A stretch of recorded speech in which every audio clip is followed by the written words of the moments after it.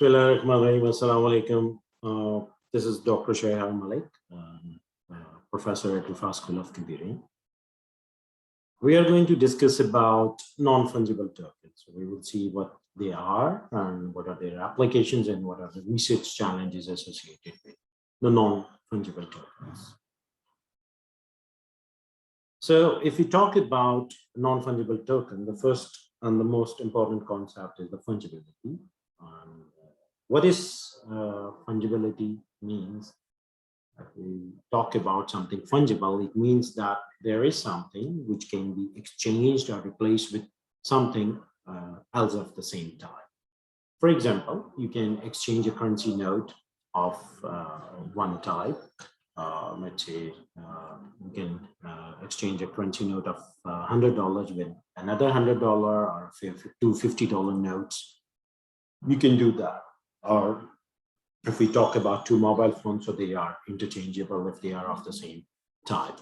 So this is called fungibility.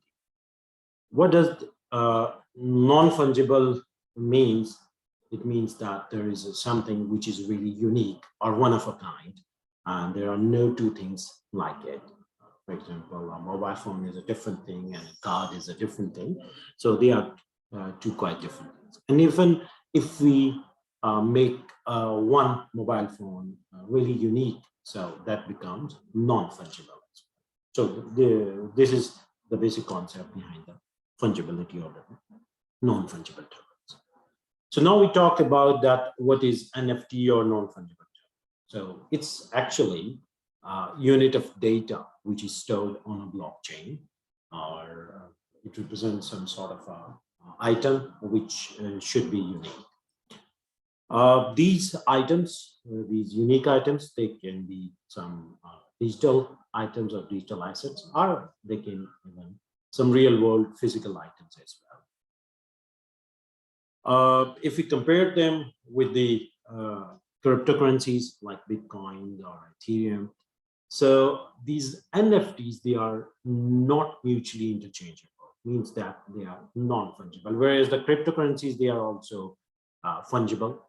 You can exchange one cryptocurrency with another, or within a cryptocurrency you can exchange as well.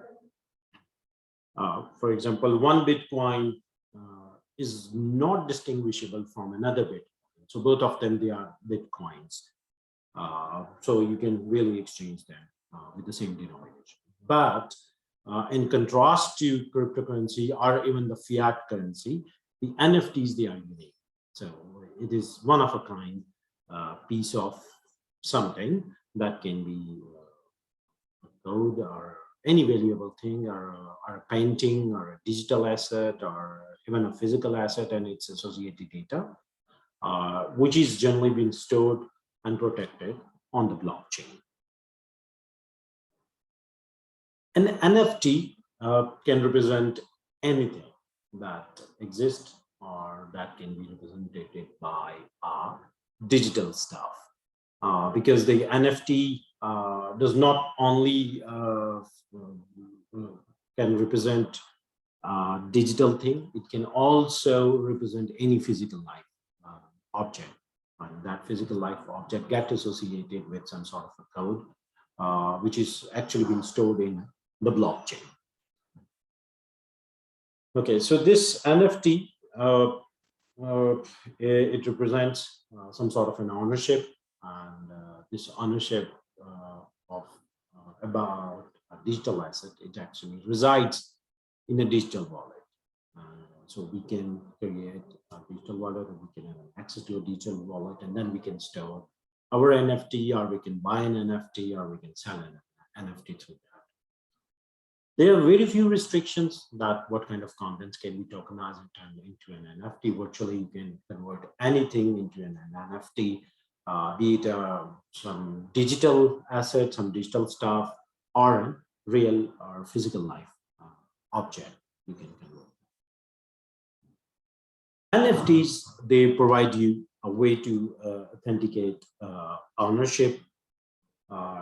They tells you like who has created that that NFT. It also provides you the permanency, and it tells you a blockchain recorded provenance, means that you can trace it back, you can get to know who has created this NFT, who bought this NFT, then who sold this NFT. So all this data is being recorded onto the blockchain. You can have a distinction between the NFT and the copies of underlying digital asset. You can even have more than one NFT representing different copies of an identical piece of digital art.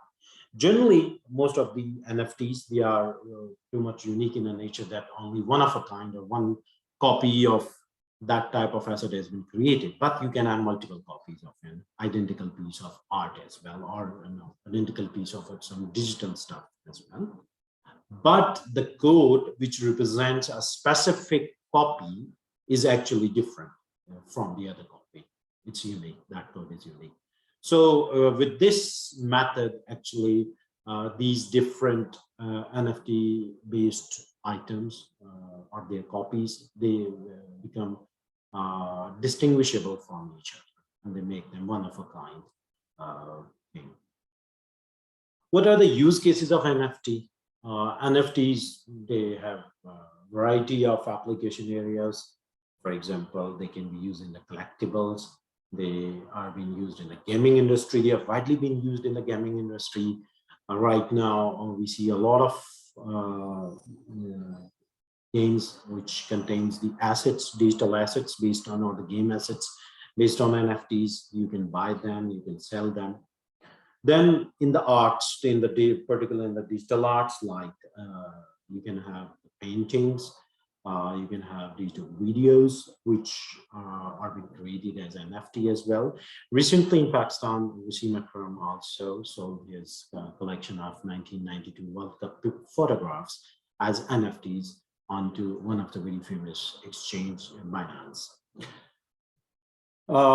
Then you can have any sort of virtual asset being stored on to the NFT. You can also have real world assets as well. For example, you do have some property you can associate, or you can create its NFT as well. Then you can have identity stored as an NFT. For example, domain names you can store. Then you can have executable programs. Applications can also be stored as an NFT, or anything digital that can really fit into the NFT case.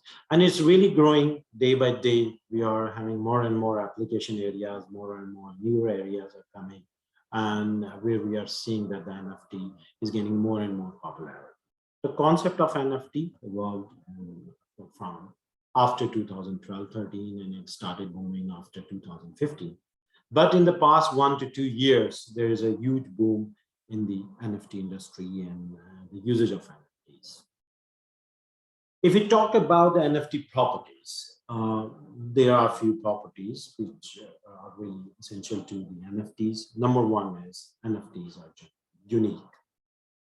Means they are generally one of a kind, and they are distinguishable from the other NFTs. Then the next one is traceable. You can virtually trace all of its record. You can see that how many buyers, how many sellers have been there, what has been the prices for each so buy or sell transaction, who created this NFT, who has remained the owner of this NFT, and all these things, they can be traced over the blockchain. Then NFTs are applied more onto the concepts, more onto the things which are generally rare. So because this rarity actually increases the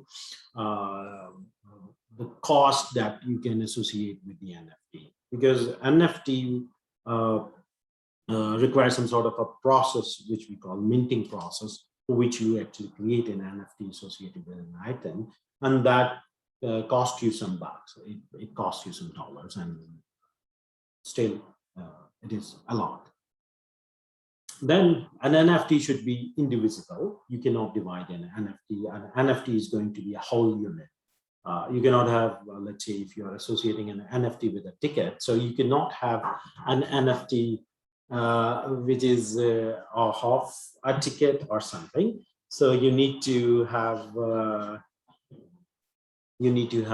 complete and an indivisible item. Then the programmability, this is quite digital, and you can program NFTs for buying, selling, and all this. You can do that. So how NFTs are created? NFTs are created through Ethereum blockchain. Ethereum has been a major platform through which you have been using NFTs. So Ethereum actually created the standard, which is called ERC 721, which is for non-fungible token. And it has to add some information to the smart contracts which are part of your blockchain. So it tells you title, description, etc. Detail about the NFT. So once you create an NFT through Ethereum blockchain, it gives you a unique ID. And this ID is unique and traceable as well. And that ID is actually associated with your NFT asset. And again, remember that that NFT asset can be a digital asset, or it can be a real one or physical one asset as well. So it contains unique ID, obviously, and that is only one in the world. And there should not be two IDs which are similar. So it also works like a digital certificate of authenticity. What are the benefits of having a unique ID for an NFT? Number one, that you can have a verifiable proof of ownership. Means that you can have a complete tracing. You can go back and you can trace back through that unique ID. The other one is that it creates a uniqueness and scarcity. Scarcity also increases the price and creates the demand as well. So it makes it more valuable. And they are linked to a cryptocurrency. So you can get a monetary value associated with the NFT. And these NFT, they can be sold or they can be auctioned or exchange or an NFT marketplace. And it can give you royalties back as well. Means, for example, you have created an NFT, you sell it, so you have created an NFT, and for all these subsequent sales, you are going to get some sort of a royalty for that NFT. And that can be anything digital. Generally, they can be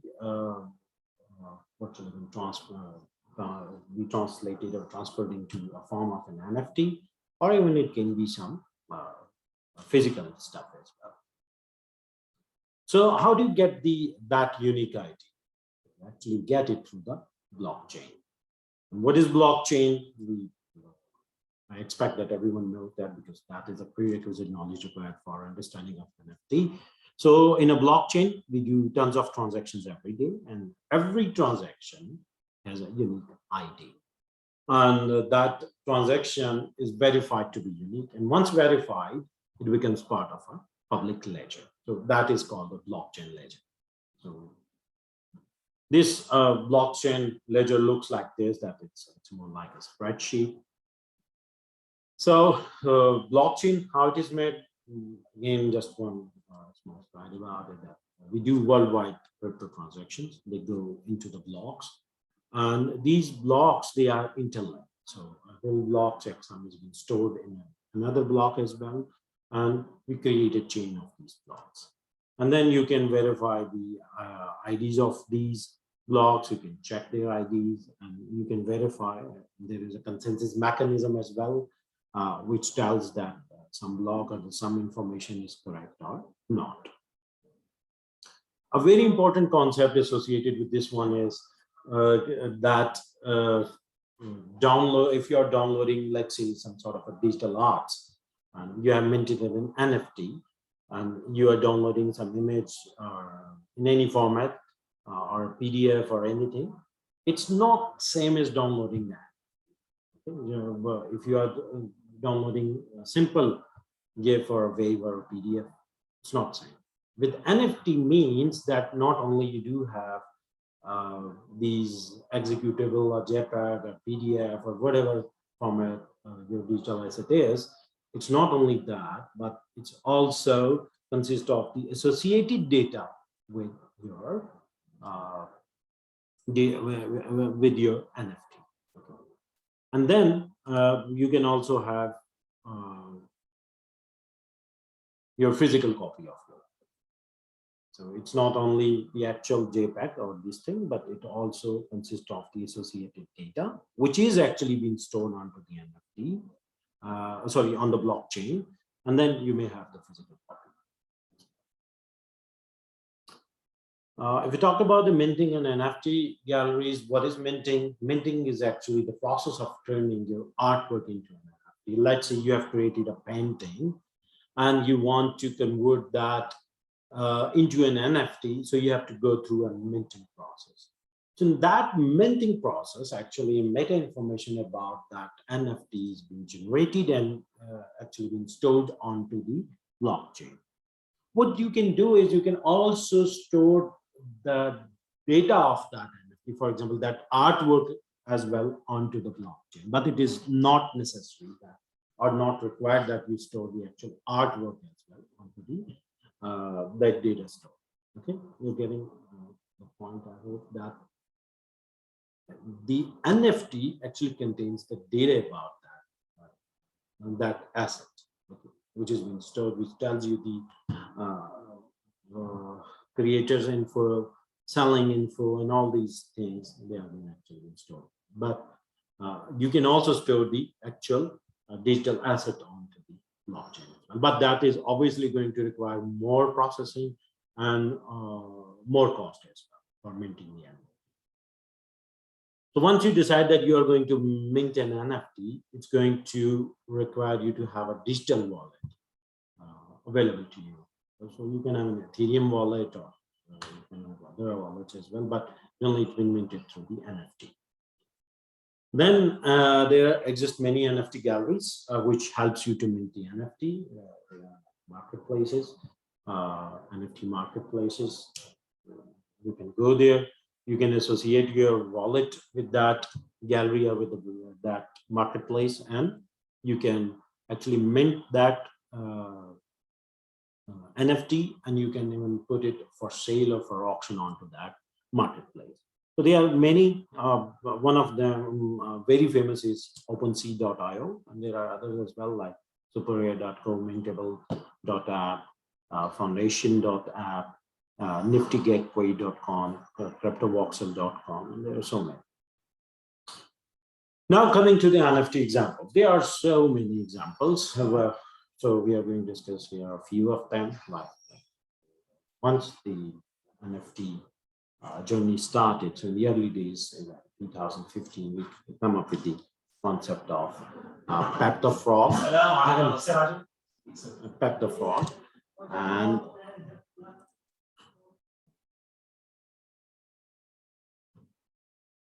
so it's based on a very popular meme character, Pat the Frog. So they created these NFTs for sale. Another very famous is CryptoKitties. They became very famous. So they were created in 2017. And what they were very small time, 24 by 24 pixel characters. And they live on the Ethereum blockchain, but they were unique. So what they did was they created 10,000 characters, about 6,000 something were male characters and 3,000 something were female characters. And initially they allowed anyone to claim the punks for free. So the people, they claimed them. And then later on, they put them on sale. And one of the very expensive one, a punk with a hoodie, it was sold for 150 Ethereum. You can imagine the price. So for the CryptoPunks, average price per transaction started virtually from zero, and then in October 20, you can see here that average price per transaction for selling one CryptoPunk was around more than 5,000 US dollars. Another example is CryptoKitties. They were also created in 2017, and it was a virtual game which allows its player to create or breed, raise their cats, their kitties, and they can raise them, and then eventually they can trade them as well. which gets one CryptoKitty actually even got sold for 600 Ethereum as well, which was at that time around 172,000 US dollars. There are many other examples as well, like NBA Top Shot by Labs, then My Crypto Heroes, CryptoVoxel, Decentraland, Liner, Twistars, People's art was sold for about 33,300. So at that time it was around $69 million. So you can imagine it is the most expensive ever sale in the history of NFT, in which the People artwork was sold for $69 million at that time. Then there are some other as well, Gavin Shapiro, Philip Podaz, Raphael Grassetti. If you talk about the NFT market distribution in the year 2020, the sales, they were large, mainly in the domains of metaverses, in art, in gaming, and then some in the sports as well, in collectibles and utilities. And if you talk about the number of sales, the maximum number of sales, about 37%, they were in the area of gaming. And then 27% were in collectibles, and the rest they were in the other areas. Future consideration of the discussions that they are there are like there are some ethical legal implications, like if you take someone else's work and calling it yours and then monetizing from it, so what you can do. Then similarly, if you're taking someone else's work A and work B and putting it together and calling it yours, is it really yours? And the people, they are doing that. And then environmental climate implications are there, because NFTs minting, it requires a lot of processing power, and therefore you need to have a lot of energy consumption, so which creates a greenhouse effect as well. It's associated with a gas consumption, so the cost is there, and then environmental effect is there. If you talk about the challenges, there are many challenges. First one to talk about, it's the usability challenge. In the usability challenge, the first one is slow confirmation. NFTs usually send the transactions to smart contracts to achieve reliable and transparent manner. But currently, the NFT systems are really quite closely coupled with the underlying blockchain platform, which actually affects their performance. Another very important issue is actually the high gas prices. And these high gas prices actually become a major challenge after some time, because once your blockchain is growing and growing, so the minting the NFT is becoming expensive. Then security and privacy issues as well. One issue can be the anonymity or privacy issue. Yes, there is anonymity or the pseudo-anonymity, but it's not fully anonymous in the NFTs. So you can have the privacy issues. Then the other issue can be, and it's a big issue, NFT data inaccessibility. Because generally, in many digital assets, they only store the metadata of that NFT or the core NFT on the blockchain, whereas the actual digital asset resides outside of the NFT, like on an IPFS system or something. But what about if that IPFS system or any storage system, it becomes inaccessible? So that can be a challenge. Then there are governance related issues as well. And there are legal pitfalls as well, where there are legal and policy issues regarding NFT. For example, if we talk about the cross-border transactions, know your customer data. So these are the issues related to NFTs. Then comes the taxable property issue as well. Like if you are having IP-related products, some books or something, you're selling them. So how the tax is going to be collected, because most of the transactions are being made onto almost every transaction actually being made through the cryptocurrencies, and it's not legalized in every country or not in a legal tax framework in every country, so this is a standard. Then comes the accessibility related issues like NFT interoperability. Generally, right now, the existing NFT ecosystems are isolated from it. So if you want to select one type of product, that can only be exchanged on that ecosystem. You cannot have an interchangeable option with other ecosystems. So that is also a challenge. And the last one is the updatable NFTs. Generally, the transitional blockchain, they update their protocol to the soft forks, minor modifications which they do. And then the hardware folks as well, in which they do some significant modification. But NFTs are having issues with these folks and with these updates. So that is a big challenge.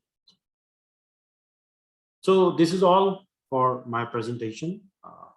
Thank you very much for joining and listening to me. Bye.